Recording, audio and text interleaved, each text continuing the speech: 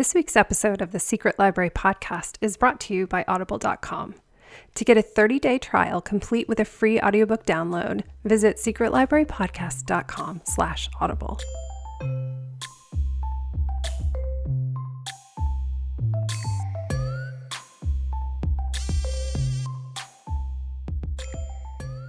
This is the Secret Library podcast, episode 103.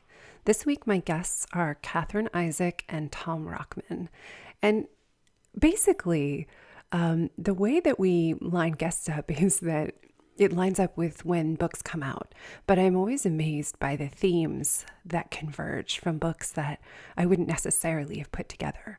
And that's especially true this week with both Kathryn Isaac and Tom Rockman, who've written books that have to do with parenthood, relationships between fathers and sons, and they had some really lovely themes that paired together, which I wouldn't have necessarily seen unless the timing of their episodes worked out to go together. So that's always a real treat, and I know you'll enjoy both of these conversations. A couple of announcements for the show.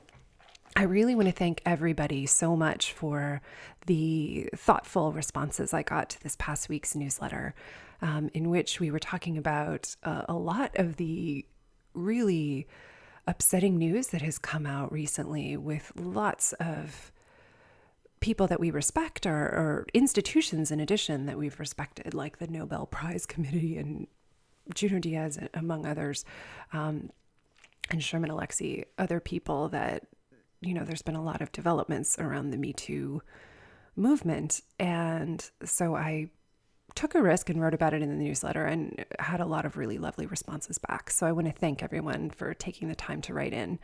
I also want to thank everyone who left reviews in the past week or two on iTunes. They're really sweet and mean a lot. I read all of those comments whenever anyone leaves a review. And those really make a difference. They help people find the show and support the growth of the Secret Library podcast. So I want to thank you all for subscribing to the newsletter, which you can do at secretlibrarypodcast.com. I want to thank everybody for leaving reviews on iTunes, which you can do at secretlibrarypodcast.com/review, which will take you right to the feed. In addition, I really want to thank everybody for their support of the Patreon. We do have a relationship with Audible, which gives us a small amount of support. But it really means a lot that you all sign up to support the show on Patreon as well, because that gives us evidence that the show means something to you and that you want to support it continuing. So with all those things said, I'm really eager to get to this week's interviews. So we will get on with the show. Kathryn Isaac was born in Liverpool, England. She studied history at the University of Liverpool and then journalism at Glasgow Caledonian University, and then began her career as trainee reporter at the Liverpool Echo. She rose to the position of editor of the Liverpool Daily Post, and then wrote her first book, Bridesmaids, while on maternity leave, under the pseudonym Jane Costello. Her 9 subsequent novels were all Sunday Times bestsellers in the UK. You, Me, Everything is her first book writing as Kathryn Isaac. She lives in Liverpool with her husband Mark and 3 sons. In her spare time, she likes to run, walk up mountains in the Lake District, and win at pub quizzes, though the latter rarely happens. I was really, really excited to have Kathryn on, not only because I really enjoyed her book, but also because I think she represents a shift that we're seeing in writing, which is basically that it's very important, this concept of brand, that you become a certain kind of brand as a writer, and that if you want to write a different kind of book, it's much harder to do so under the same name these days. So when Kathryn realized she wanted to write a different kind of novel, she just as clearly realized she couldn't use the name Jane Costello anymore. She had to write under a different name.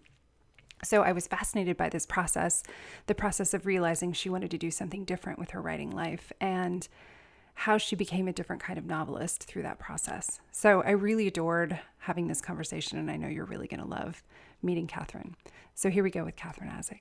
Hi, Kathryn. Thank you so much for coming on. Oh, well, thank you for inviting me. Absolutely. Well, it was such a delight reading You, Me, Everything. As I said just before we started recording, I think I read it in about 2 sittings and was sadly neglecting some house guests to sneak away and read the book. Oh, that is just lovely to hear. It really, I'm very sorry for your house guests, obviously, but delighted that you've enjoyed the book. Definitely. So I want to talk about the book first, and then I want to talk a little bit about some unique insight you have towards writing for different markets. But let's just talk about the book first, which is, I think, I'm interested in how you came up with the story, which has not just a lovely story with a lot of wonderful characters, but also a plot line that includes a significant health challenge. I don't know how else to put it. And there are complexities to this. I want to let people read the book, but I'm interested in how you came to choose that plot line and if that was something you had personal experience with. It reads like you know the illness quite well. But I also was interested in whether you planned to write a book with an illness in it and how you chose which one. Actually, I know somebody who his mother was diagnosed with the same condition that Jess's mum in the book is diagnosed with. And we're kind of talking around the issue here rather than being too specific because we don't want to obviously give too much away about it. But the guy I know is in his late 20s and his mum was diagnosed with the condition. And I was really struck at the time by just how devastating it was, not just for his mum, but for the entire family in very different ways. And the enormous challenges that it presented to all of them. And so I thought a lot about that for a good few years, actually. I was actually writing under a previous name. I was writing romantic comedies before this novel, and this issue, the issue of the disease was, I came up with this idea of a story that stemmed from that, but it just wouldn't have fit. It just wouldn't have worked as a romantic comedy. It just didn't lend itself to the kind of books that I wrote. And it was really only after a great deal of thought and discussion with my agent and my UK publishers, who were very happily publishing my romantic comedy novels and really would have been quite happy carrying on like that. They took a bit of persuading that actually I wanted to do something a bit more ambitious, and this definitely has been more ambitious for me.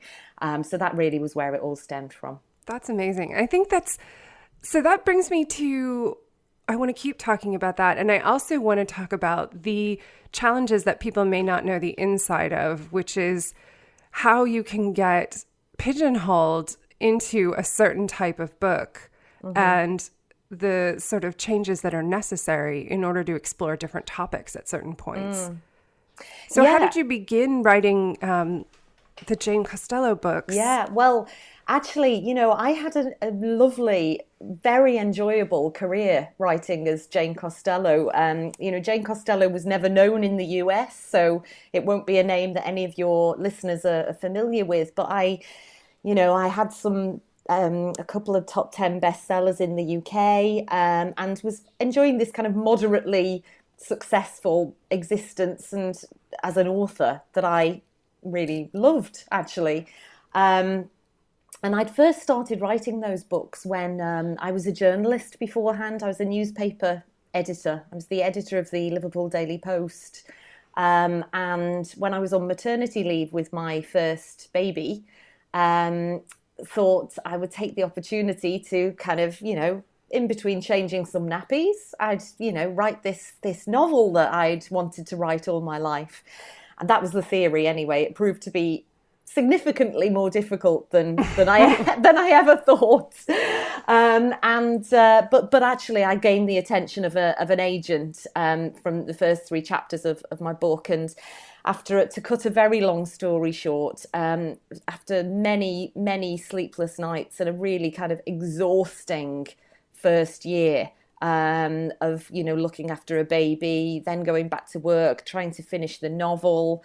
I eventually got a publishing deal, and that really was how it all started. But yeah, so I wrote a book a year for a decade, basically. Amazing. And really enjoyed it. But I think that, there does reach this kind of, you reach a point where you feel ambitious, I suppose, as an author. Not just in terms of, well, certainly in my case, it went beyond book sales. I just wanted to write something different and spread my wings a bit, and use my, I suppose, my creative urges to take myself in a direction that I hadn't been in before.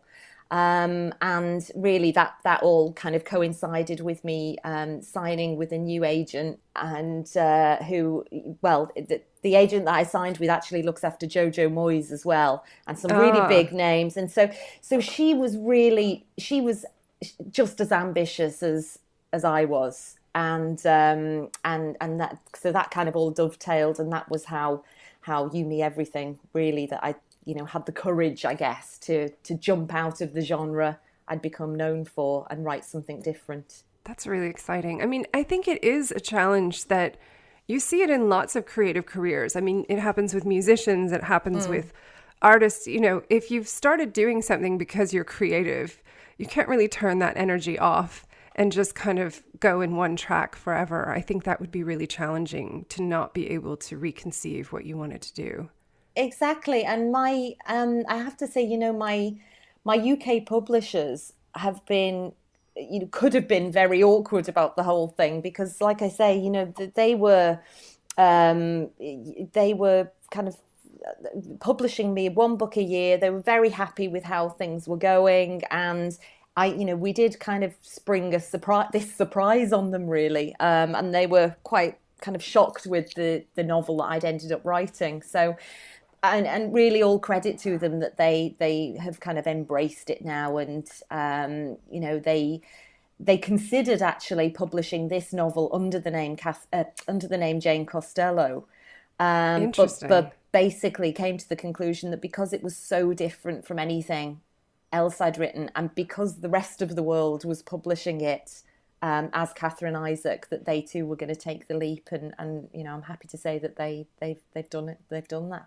It's interesting too, because I wonder, I mean, it's not sort of like you're in the witness protection program, as we call it in the US, where you're like, your life is in danger and you've had to be hidden by the FBI because you've been a witness in a high crime case. Like, if somebody really wants to find out that Kathryn Isaac and Jane Costello are the same person, then they can. And so I think in some ways you still benefit from those readers who may say, oh, this is, I actually even remember I was looking through some of the reviews, and someone said, I didn't know how it was going to be, reading Kathryn Isaac versus Jane Costello. And I'm happy to report it's every bit as wonderful as I hoped.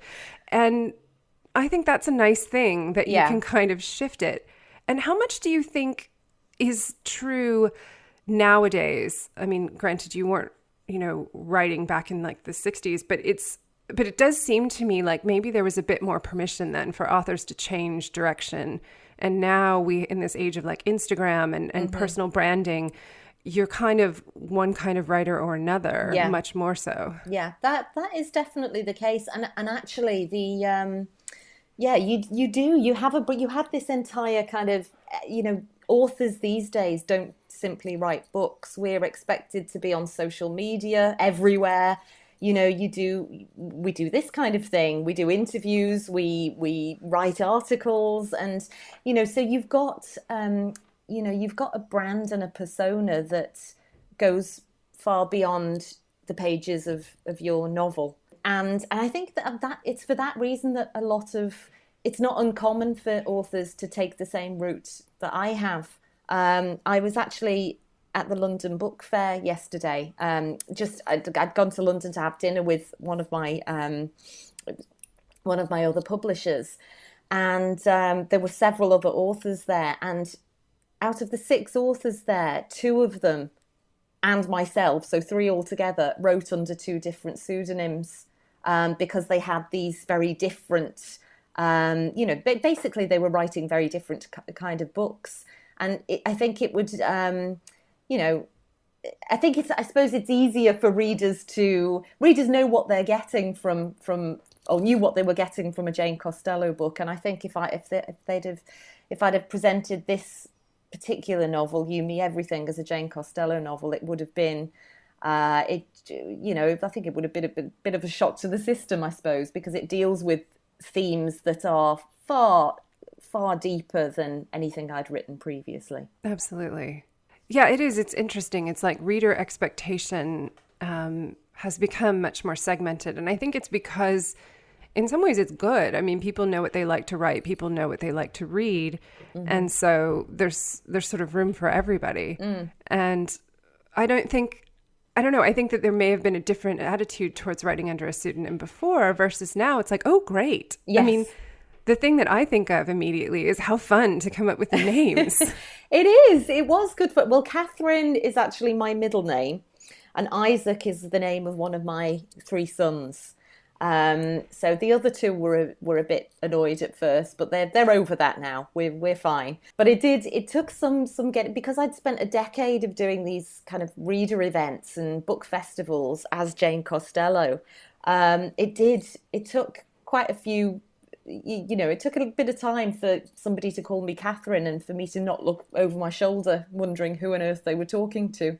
But I'm used to it now. I think, this book has been, it's been quite a long time in production, this novel. So I'm kind of used to it now, and there's been a lot of hype around it, and that's really increasing in the UK in particular, and now in the US, because it's May the 1st that it's out there. So I'm now thoroughly used to being called Kathryn. Perfect. I mean, it seems sort of fun. It's like, ooh, I mean, how is Kathryn Isaac a different person than Jane Costello? Does she dress differently? I would think that would be incredibly fun to play with a bit. Yes, I've got my drawer full of wigs. That no, I find it difficult to, although the novel is a different tone. I'm still me, I guess. Yeah, absolutely. I'm very interested as well to hear it's already been optioned. Yes, incredibly exciting. The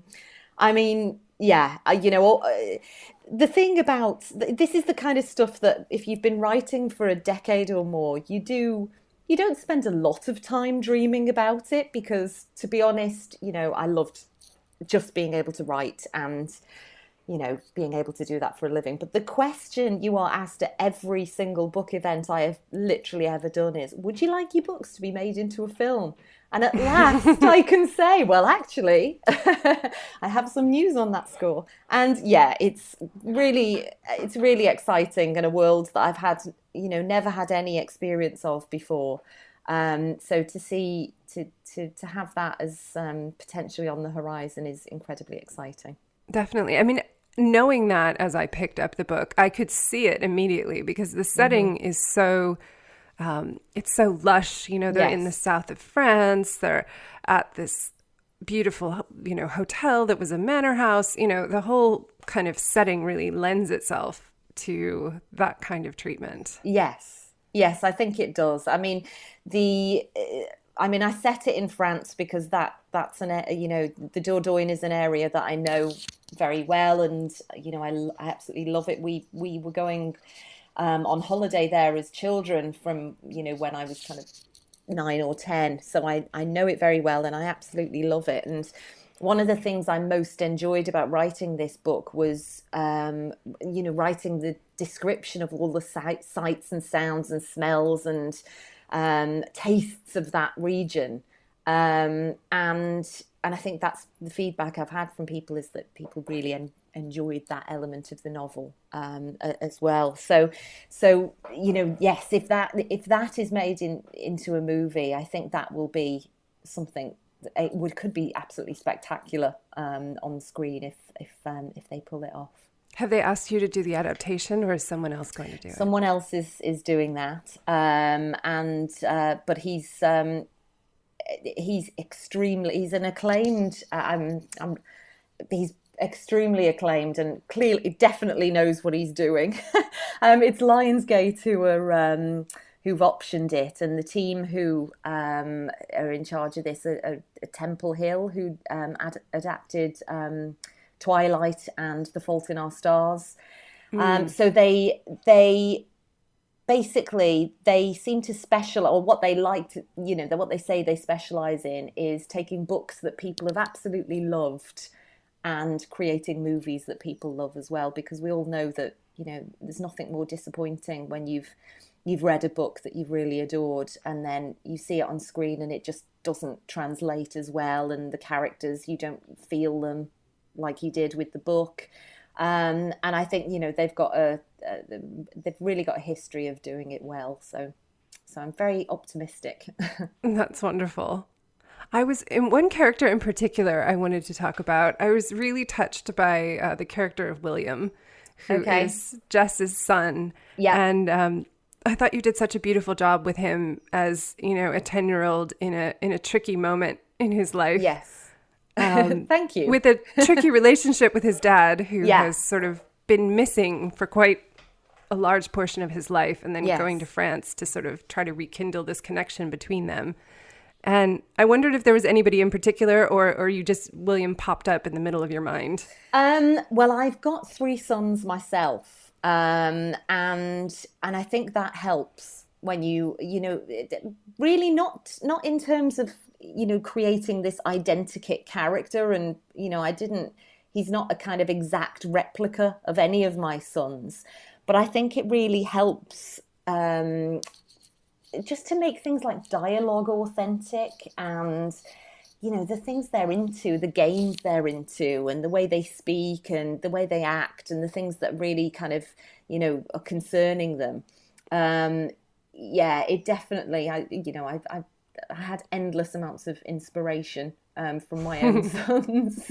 And actually, there's a lot of, probably the one thing we should explain as well is that there is a lot of, there is some humour in the book as well. It deals with some big, difficult subjects, and it's very sad in parts, but actually there's also a lot of humour, and a lot of that does come from the children in the novel.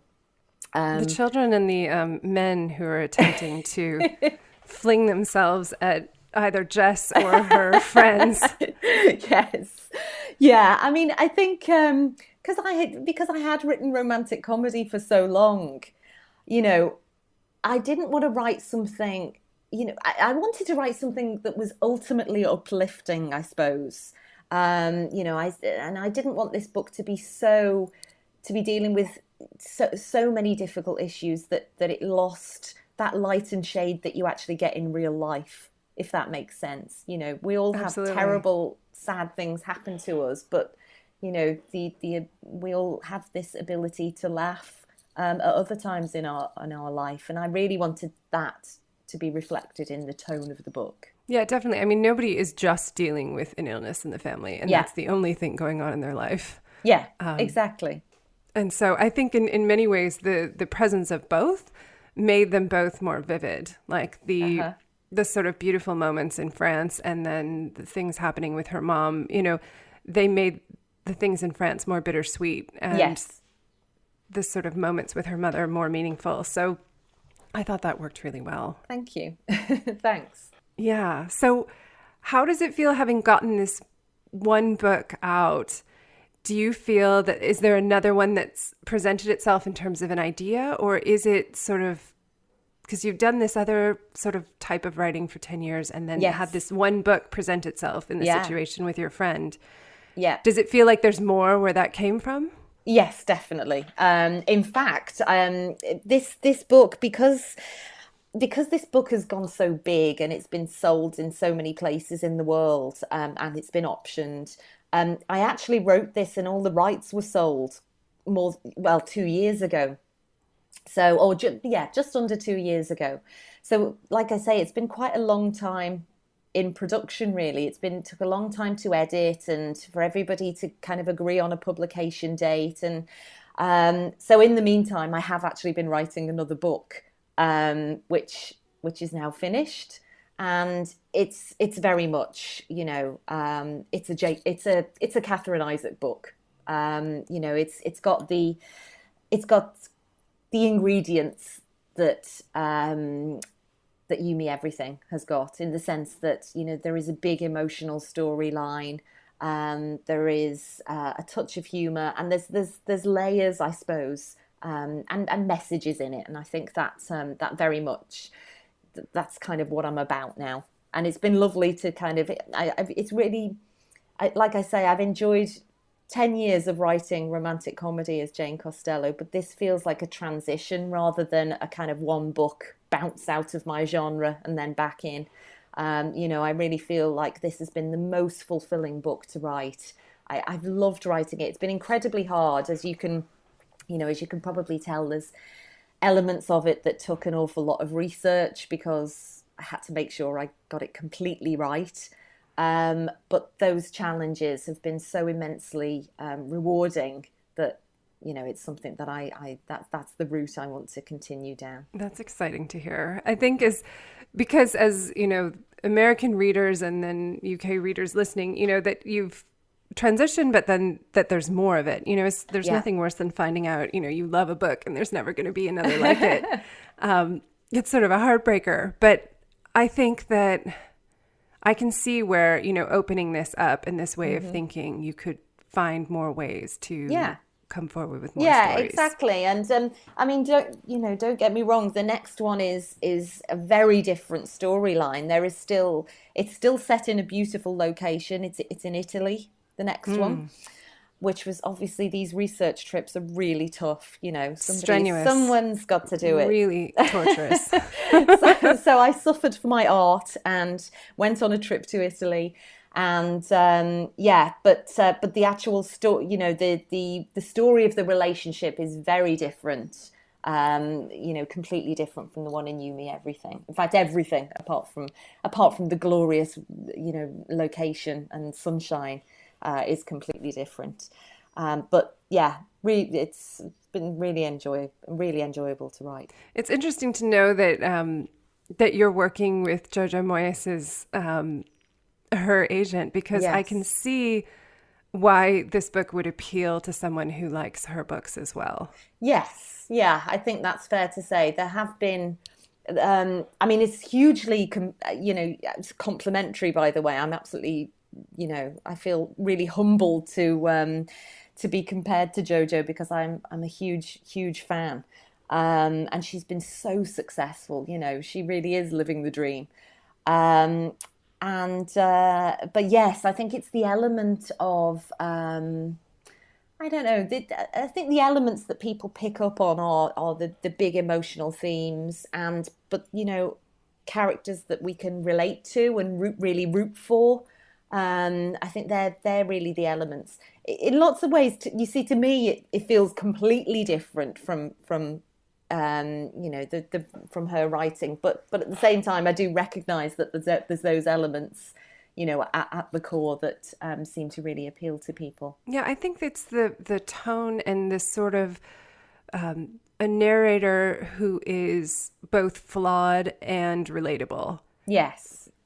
Yeah. Not perfect and honest about it. I think there's something about that feels like a similar treatment of people, that she's not either. No one is a total villain in any book, and in either of your books, and no one is a total angel.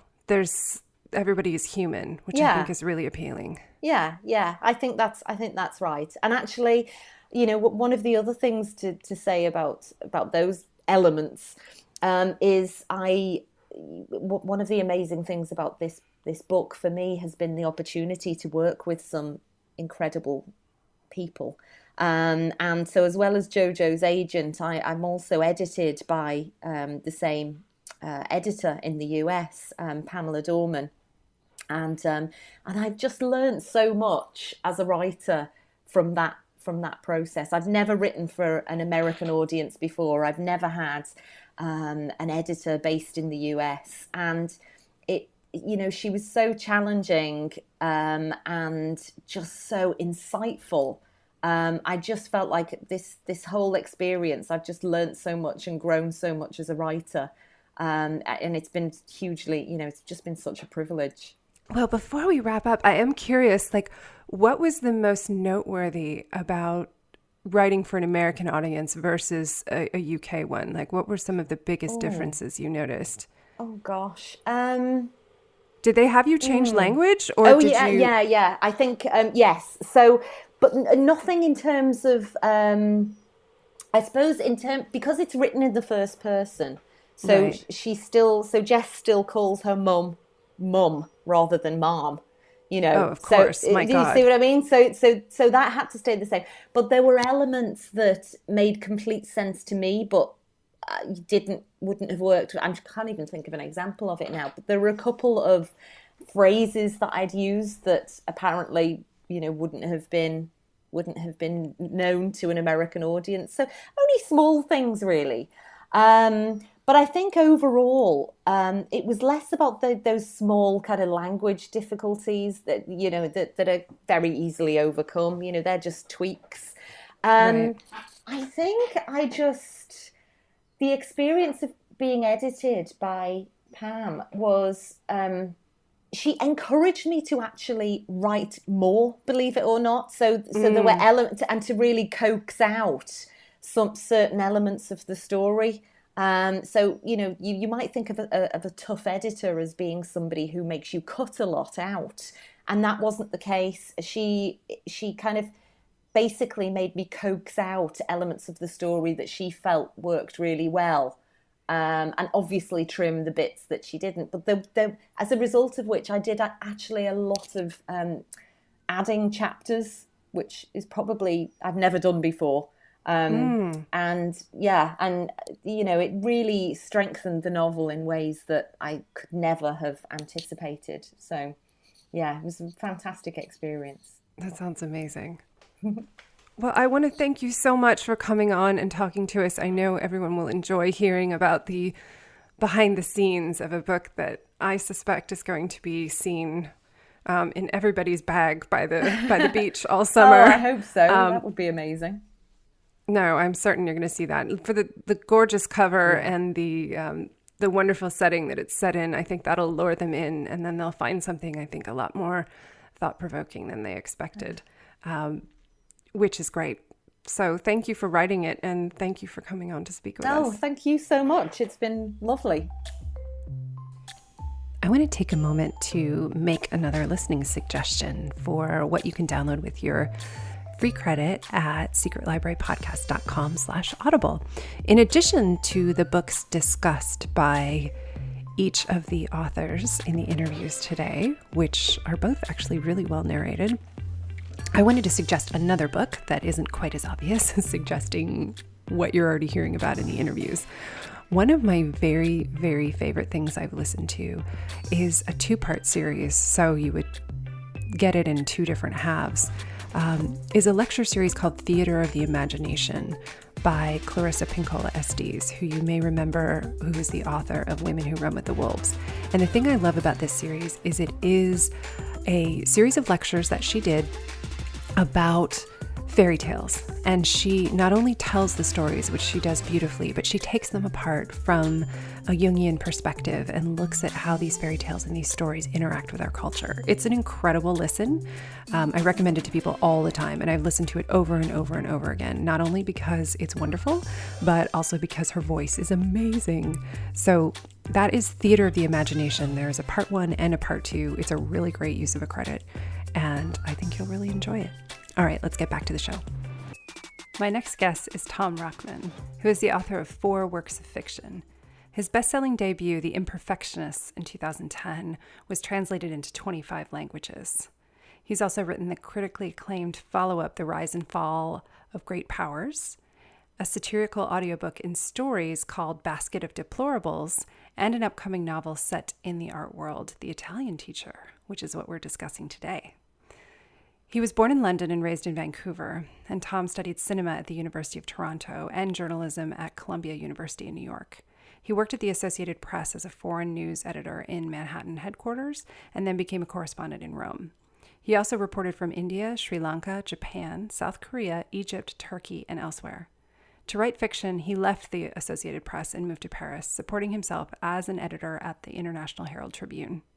His writing has appeared in the New York Times, the Washington Post, the Wall Street Journal, and NewYorker.com, among other publications. He now lives in London. It was such a fun thing to be able to speak to Tom, given what a fan I am of the Imperfectionists, as many of us are. But one of the things I love most about this conversation is talking about how writing a work of fiction changes the writer as much as it changes the people who read the book. I loved hearing about how his concept of fatherhood changed and what he thought fatherhood would be like by exploring a character who is extremely difficult and challenging and yet at the same time maddening and charismatic.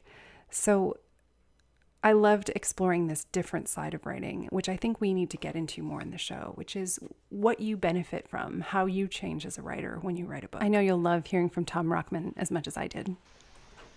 Hi, Tom. Thank you so much for coming on. Thank you for having me on. So I am really thrilled to talk to you about The Italian Teacher as a big fan of the Imperfectionists. And there are many things about it, actually, that were noteworthy to me and that I think are important to discuss when talking about, creating a compelling book. And one is that I've noticed that there is a trend in fiction over the last number of years to tell a story over a very compressed period of time. And this is a trend that you have resisted in your books, telling the entire story of a newspaper, or in this case, the entire story in selections, of course, of a character's life. And I'm wondering how you manage or construct a story that keeps dipping back in over time periods as you go, and how that works for you in terms of constructing the story. Is that just how you see it from the beginning, or is that a choice that you're making for a particular reason? Well, first of all, it's interesting to hear that you say that that there's a trend lately of compressed narratives. I wasn't aware of that, but you're going to make me rush to my local bookshop after we talk and look into that, because I may have been reading a lot of them without even realizing that was a style at the moment. In the case of The Italian Teacher, it was an ambition of mine for a long time to try writing a full life story. And when I read those in books, I absolutely love them. A book like, say, Stoner, by John Williams, having been an example that gained a lot of attention recently, but also another one, Any Human Heart by William Boyd, is another one that I really liked a lot.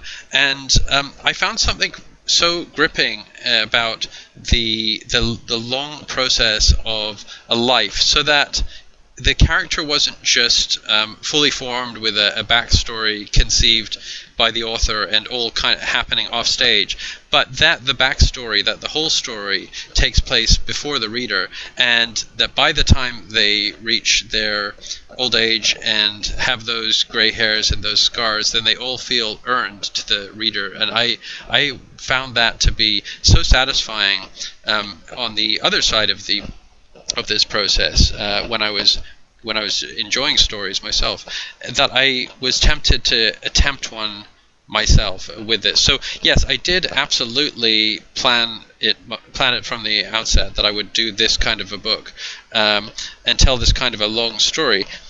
One of the challenges, and there are always structural challenges in every single new book that one tries, I think that each one you have to figure out how to write it, and though you do gain technical skills from having done the previous ones, that each new one has its own particular features, especially if you're hoping to try something a little different.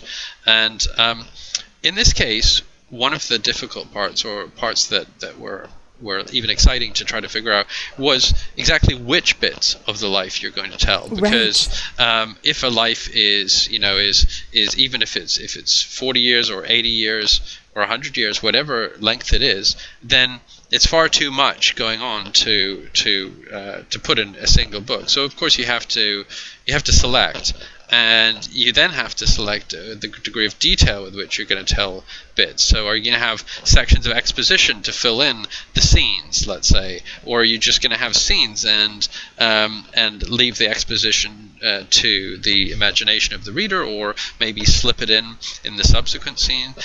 All of those sorts of technical questions were very much came about in the writing of this book. So the way that I did it was really by having separate time periods in this character's life. So when you first meet the main character, who's called Pinch Bavinsky, and he's the son of a great painter, one of the great painters of the post-war period. It's 1955, and he's growing up in Rome. And his father is an American, his mother is a Canadian. They're both artists, but she is exquisitely talented, but not recognized for her talents, whereas the father is recognized perhaps all too much. And that's the setting in which we find this little boy, 1950s rollicking Rome, and the expat community there. And then we see him growing up into his let's say early teens, and then there's a leap, and we find him in the 1970s, and he is now at university in Toronto studying there. And then there are subsequent leaps over the course of his life that he progresses into the last stage of his life, and we see that not with every instant told, but with the most important sequences of his life told. And the tricky and interesting bit is how to fit in that stuff that you're not including, and how to fit it in a way that informs the reader, so that they have enough of the story that they can understand it on a very fundamental level, but also so that you're building up the substance of this character and demonstrating how they've changed. I have to say, though, that I actually like having a leap like this. I like having a leap from one person to another person who is in fact the same person. I've done that in some of my previous, in my novel before this, The Rise and Fall of Great Powers, was one in which the time sequences leapt about a great deal. So it wasn't going forward all the time. In fact, it started in one pit and then jumped to the past, and then jumped to the present again, and then to the past. So it was contrasting the different bits of a single life. And in this way, I did something that was not totally dissimilar from that, with the significant exception that it was all going in one direction, which is from start to finish. And I think that what I liked about that, what I like about these kinds of juxtapositions, is the opportunity to think in quite radical ways about how a person develops over time, and the fact that you really aren't the same person that you were, or some people cling desperately to try to remain the same person that they always were. So sort of the psychological and emotional equivalent of plastic surgery, that they're desperately trying to still be the youth that they were, with the same political opinions that they had, with the same emotional connections that they had. And sometimes that can have an awful cost. And other people, by contrast, will shift quite dramatically from one stage of life to another, because they believe that that's what you do when you're at this age. You're now middle-aged or now old, and you should dress that way or behave that way. And in both of those extremes, then there's an effort to actively challenge and change and determine your character as it goes along. But the truth is that in any case, you're not really the same person that you were, and I'm fascinated by those changes in life as much as in fiction. I think that fiction offers an outstanding opportunity to think about that, because of the fact that you can compress in precisely the way that we're talking about, that we have these experiences of seeing this not very clearly in ourselves usually, but in our friends and in our family. We really notice their aging and their changes, and I personally am absolutely fascinated by how people become who they are and who they will be eventually. And very recently I did some promotional events across North America, and over the course of those I ended up meeting a lot of people I'd known in the distant past, maybe 20 years ago, and reconnecting with them. And it's so fascinating to see how people, partly how they've aged physically, partly what they've done with their lives, but also how there are elements that remain the same, how there may be an affinity that resists all of the ravages of time, an affinity that you have with them, and a closeness that is what perhaps brought you two together when you met as little kids or in college or whenever it was. And so I personally am fascinated by the way that people become who they are, and yet in life it takes a lifetime to see that, and in fiction it takes 400 pages. So Yes. so it's one of those glorious little opportunities that literature offers to experience something with a richness, depth, and perspective that life rarely affords. So here's a question.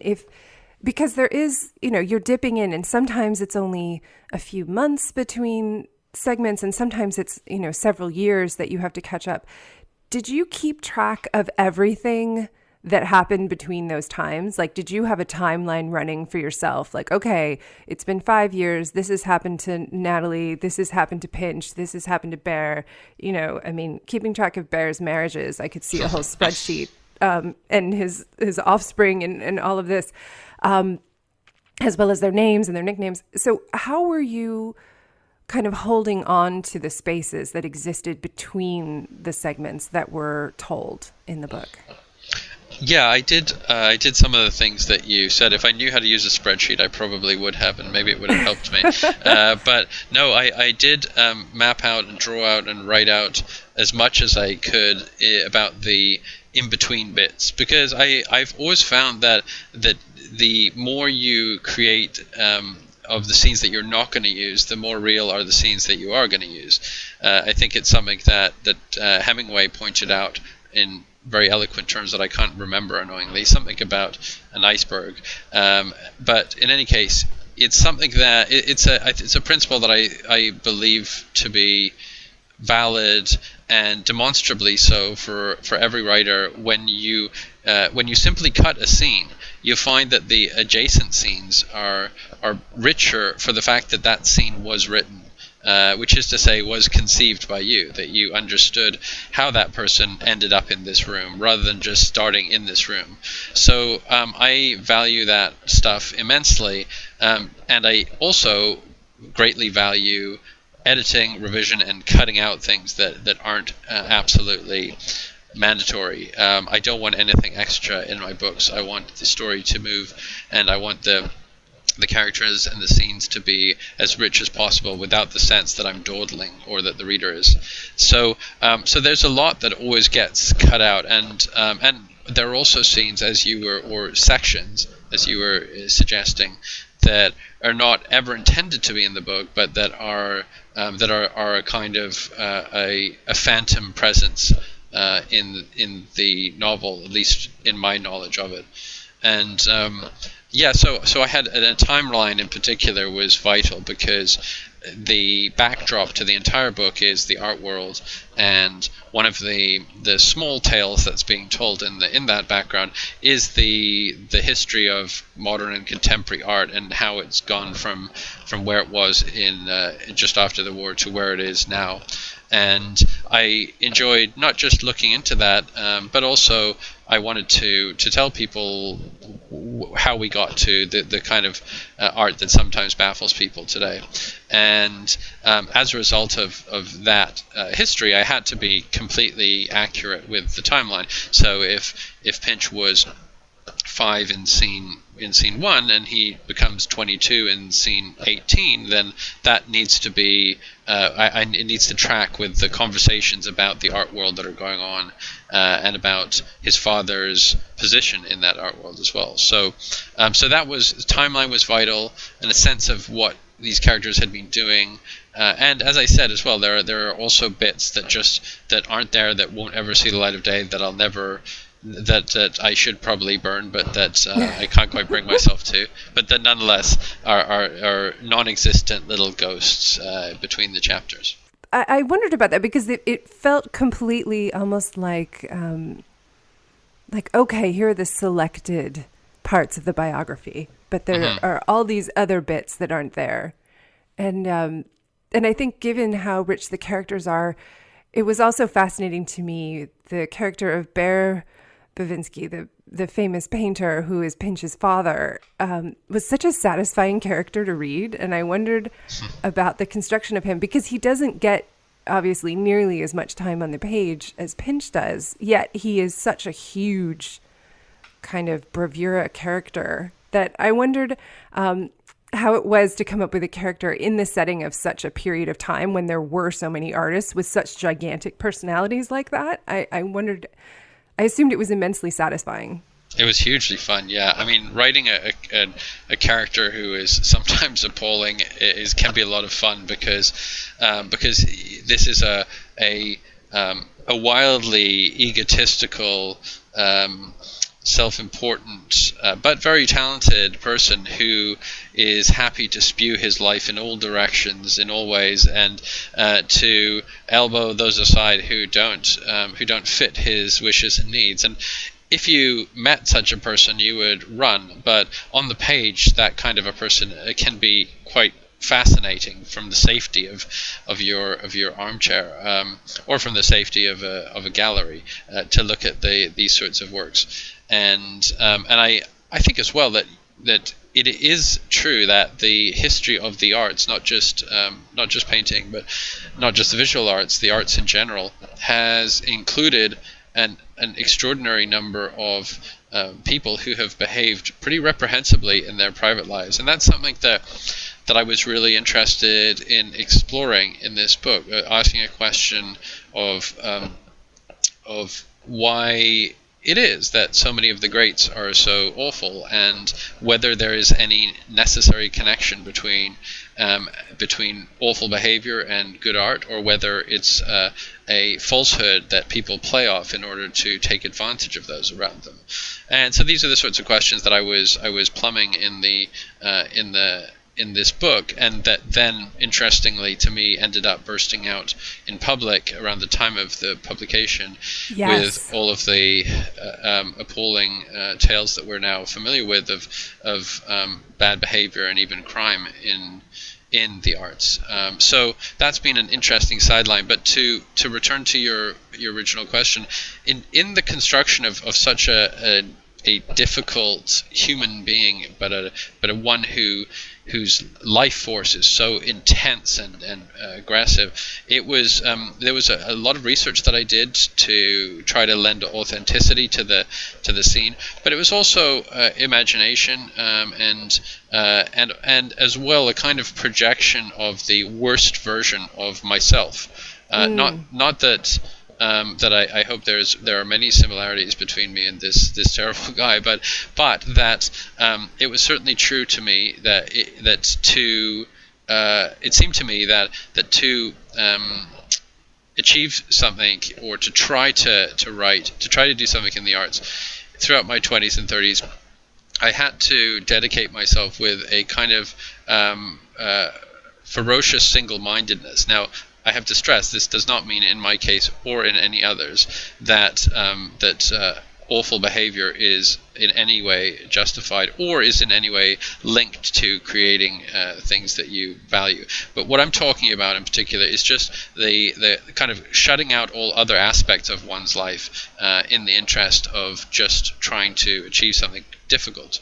And so I found myself doing this through my 20s and 30s, and leaving lots of other parts of my life fallow. And as I was nearing the age of 40, I started to think about having a family, and was worrying about whether I could justify that, whether the work that I was doing was the sort of work that perhaps would harm people around me if I were to, particularly if I were to have a child, whether working in this way would end up causing irreparable damage to another human being that I couldn't tolerate having caused. So in a way, that writing this book was a way for me to look at the very worst possible iteration of that kind of a person and see what it meant. And I tell the story, the novel is told through the perspective not of the great artist, but of the great artist's son, so the one who is most painfully affected by it. So I made myself look very closely at this, and I had to thereby assess whether I felt this kind of step would be right for me, and right on a human level, and so it was a way to, as well as a personal side of the telling of the story, it was a way for me to try to come to terms with that and figure out what to do. Yeah. I mean, and it's interesting the way that you describe him, because, and perhaps this is a defect of my own character, I can see the appeal of how charming he could be. Because if he was just horrible and rude and dismissive, but I think in some ways he's almost worse and more painful, because he sort of shines this light on someone at a time and gives them like total love and affection, and then just kind of carelessly goes off somewhere else. Yeah. So I can certainly see how people got hooked in. No, I mean, I don't think it's a character defect on your part at all. I think that it's the, if anything, it's the dangerous power and potency of that kind of person is that people who are often the worst people have a great sort of charisma, because if they lacked any such charisma, then their ability to harm would be diminished immensely, and so there's a massive advantage that they gain by developing that, and particularly if they're not terribly worried about the consequences of what they do, then they can act and say all sorts of things. But he is he's very much meant to be an amazingly charming person and a complicated character. I didn't want to do somebody who is just awful, because the balance of this is that it had to be believable that those around him would be so connected and drawn to this magnetic figure. So if I'm going to claim that he is magnetic, that he's this big flaming sun at the center of the family solar system, then he has to be somehow captivating at the same time as doing things that are hurtful. And so that balance was a big challenge in building this character. And it's also, I mean, I'm aware that people that some people read wanting to like the characters, and some people don't mind about that. They just want interesting characters. And so I had to think about a way that I would have somebody who was, in any case, sufficiently seductive that you would be drawn into wanting to spend time with him on the page, even as you question some of his behavior. But his, the nature of his actions only come clear gradually, because you're seeing this largely from the perspective of the son, although it's told in third person, and initially he's just a little boy, so his perspective is not entirely central at the start, and he's there in all of these scenes, but he's just a little child and has no ability to comprehend much of what's going on, and so these things are swirling around him. But it has to be told in a way that you can see how he would be lured into this, the role that he takes with his father as his father's aide and assistant in many ways, and subordinating his own aspirations to those of his father, to his father's glory, and that has to be somehow believable, and to be believable, this man has to be complicated. He can't just be a thug. And so I mean, yeah, I'm glad to hear that he was somehow a charmer on the page, because he has to be. Yes, he was. And I think I love this concept, which I look forward to potentially people listening exploring, which is take your worst case scenario, or the most kind of intense fear you have of what you might turn into under certain circumstances, and turn it into a character as a way to explore it and to get a very a fascinating and rich character into your work. I think that's a wonderful idea. Well, probably not pleasant to experience while you're doing it. Well, it felt needful to me in a way, and talking about it now, I'm conceptualizing it all and describing it to you in this way. It came about in a more natural, organic way. I think that I was, however, troubled by and transfixed by this question for many years, and I can see in my previous writing how worries about parenthood kind of appear at various stages, and I know exactly where those spring from, and in me. But I must say as well that, interestingly, having tackled it so directly in this book and having worked through it, I really feel like I did resolve this thing that had so troubled and daunted me. And now I have a child, and I'm incredibly happy that I do, and I adore him, and I feel like I resolved this issue, and maybe the outcome is that I'm a lesser writer as a result of it, but I'm very happy with the result. Yes, amazing. Well, I can't imagine that a lesser writer would be the result if you have managed to create a character that is compelling and work something out that feels very satisfying personally. I think that's possibly the ideal result. Well, it is interesting that, you know, what you're suggesting about this idea of using a story to try out the things that you fear in yourself. It's an interesting idea, and I would be very curious to know if other writers have done this, or if other writers try it, how it comes out, whether it's useful in the way that it was for me. It was, in a way, I guess, sort of frightening to start doing it, because this was what I feared. You know, I feared this kind of being this sort of a person, and that the character is really not me, and maybe that somehow made it feel easier. You know, physically he's not me. He's living at a different time. He's doing a different art form and all that sort of thing. So it was like exercising. Both exercising with an E and with an O, the kind of devil that I feared might be in me. Well, I think it's rewarded all of us with the results, and I hope that everyone listening, do leave something in the comments if you've tried this, or, you know, hit me up on Twitter and let me know your thoughts so that we can know if anyone has tried this technique and what the result has been. I would be very curious to hear as well.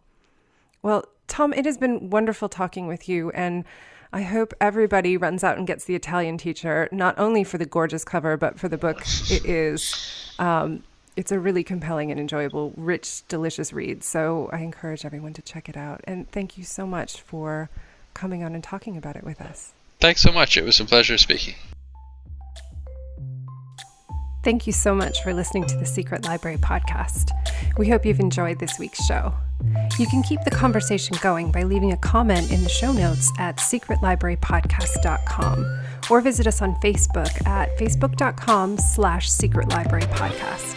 You can also connect directly with me on Twitter or Instagram, where I'm Caro Donahue. That's at CaroDonahue. I look forward to chatting with you there. See you next week. Until then, happy writing.